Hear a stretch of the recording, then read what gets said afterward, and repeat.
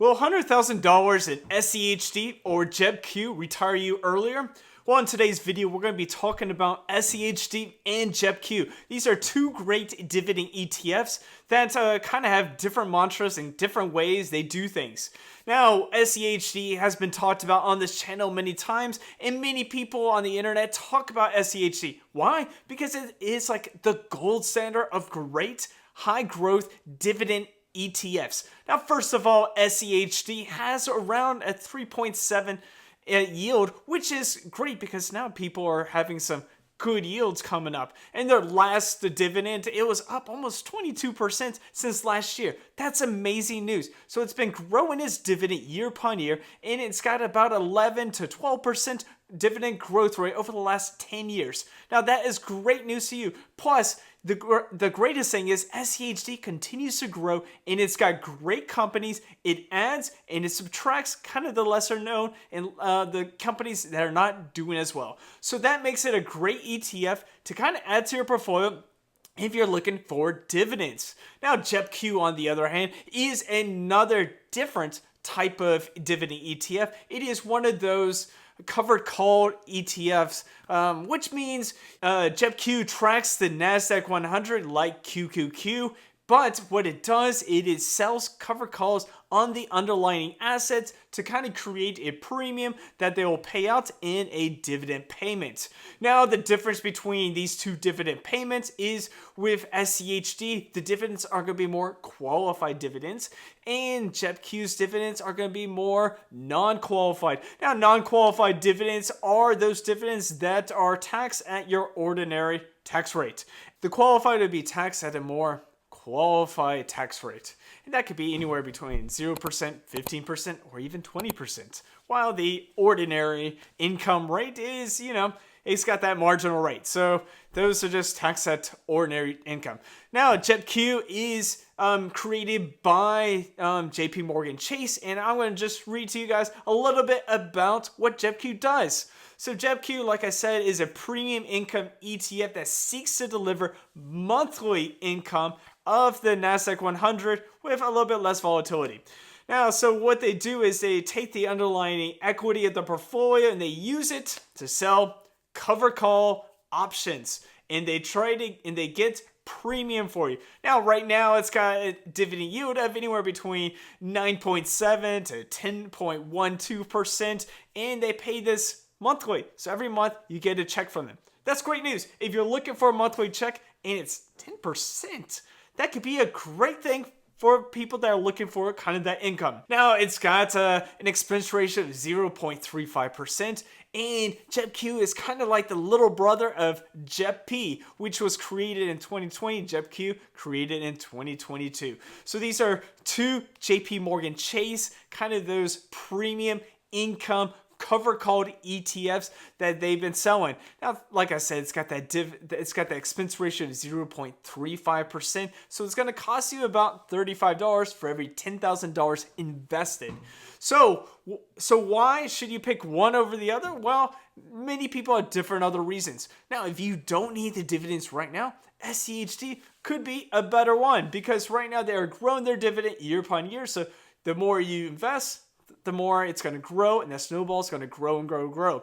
JEPQ, on the other hand, is growing its dividend year upon year as well. Well, not really. It's staying the same.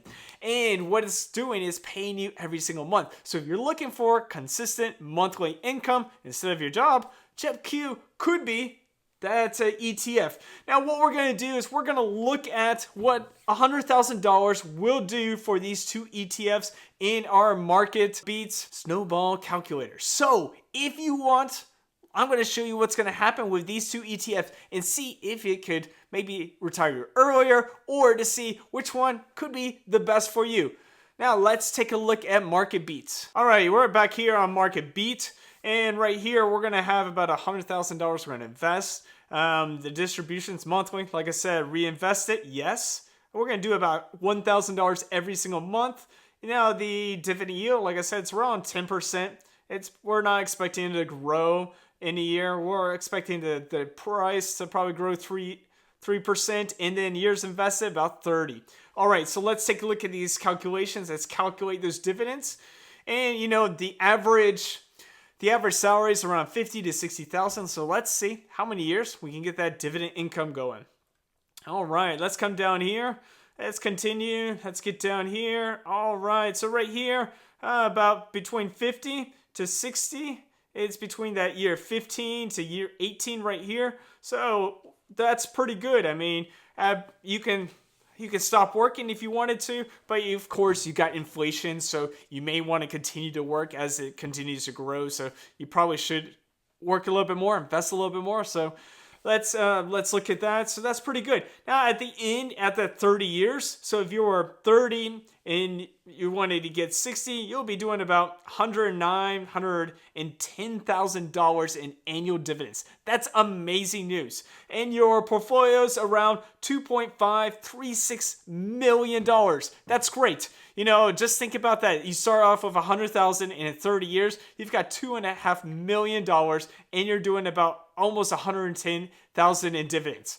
So that's the power of compounding interest. That's the power of JEPQ. Now, if we were to take a look at SCHD, like I said, we'll start with 100,000. Let's move that frequency to quarterly because they pay quarterly. Let's move that dividend yield up to, we'll do 3.5% to be a little bit conservative. Now it's been growing about 10 to 11% per year. So we'll, you know, we could be conservative. We can do like 9%. Expected annual share price, we'll be conservative. We'll do 8% there as well. Because, I mean, we might as well be conservative. And then we'll calculate the dividends.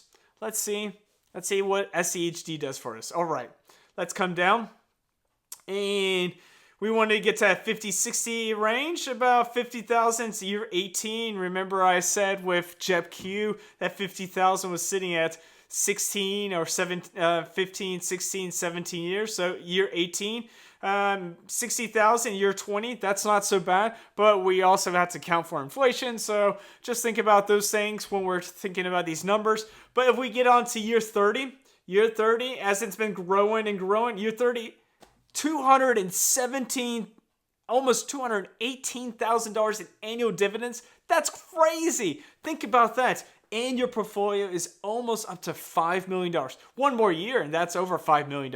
That's amazing. Yeah, right here, we added on to that portfolio will be $5 million. So that's the difference between having JEPQ and SCHD. JEPQ will give you the money today, now. And if you're looking for having money now, it's better to invest, you know, $100,000 to $500,000 into JEPQ if you want it now. But if you're looking for the future and looking to grow your money for the future, SCHD is probably your best bet. It may have a lower yield now, but when we grow it and grow it, that snowball is going to grow and grow until your portfolio is close to $5 million.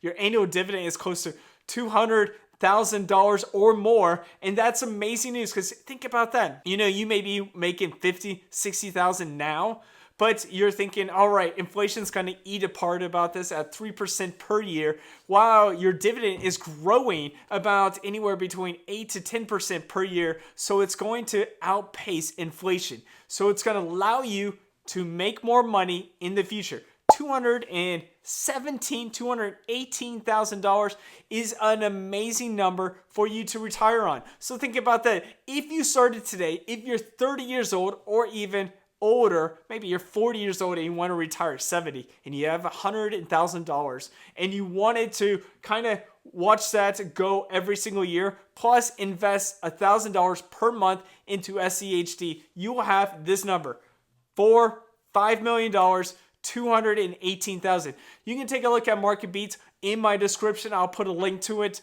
But think about these. If you wanted to retire now, today, and you want an income now, JEPQ would be a great one. But the dividends are taxed at ordinary tax rate. If you wanted to invest for the future with less taxes, SCHD is kind of that kind of gold standard, great ETF to add to your portfolio. So let me know in the comments, are you an SCHD fan or a JEPQ fan? Right now, I'm an SCHD fan, but don't let me influence it. Let's take a look and let's see what the comments say. And let's start a conversation. Until next time, I'll see you in the next video.